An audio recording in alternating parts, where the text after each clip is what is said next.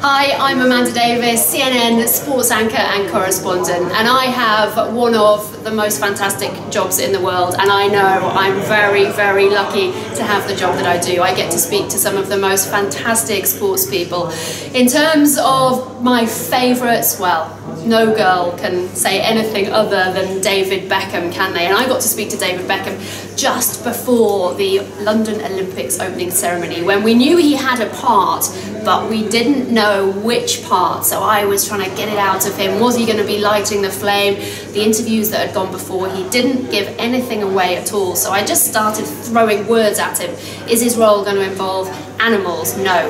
Is it going to involve children? No. Is it going to involve footballs? No.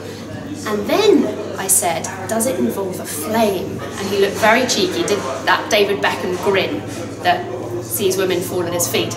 And he said, yes, I think there is a flame aboard. And then his face fell, and he'd given too much away. And we didn't run the word aboard, because that would have given away the fact that he was on that boat.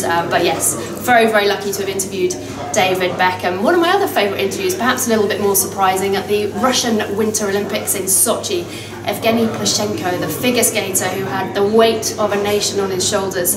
And he got to the men's figure skating singles event. He jumped in his warm-up and landed, hurt his back, and then had to pull out. And it was a national disaster, but he was a fantastically flamboyant Russian.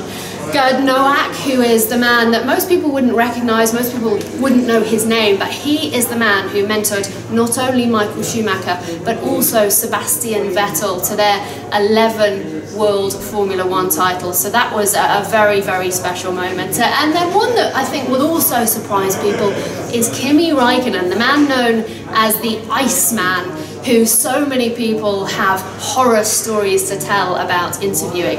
If you get Kimi Räikkönen in a car, let me tell you, he comes alive and he will answer any question that you want him to answer. I talked babies with him, I talked best friends with him, I heard about his first car and how he had to rebuild it with his brother.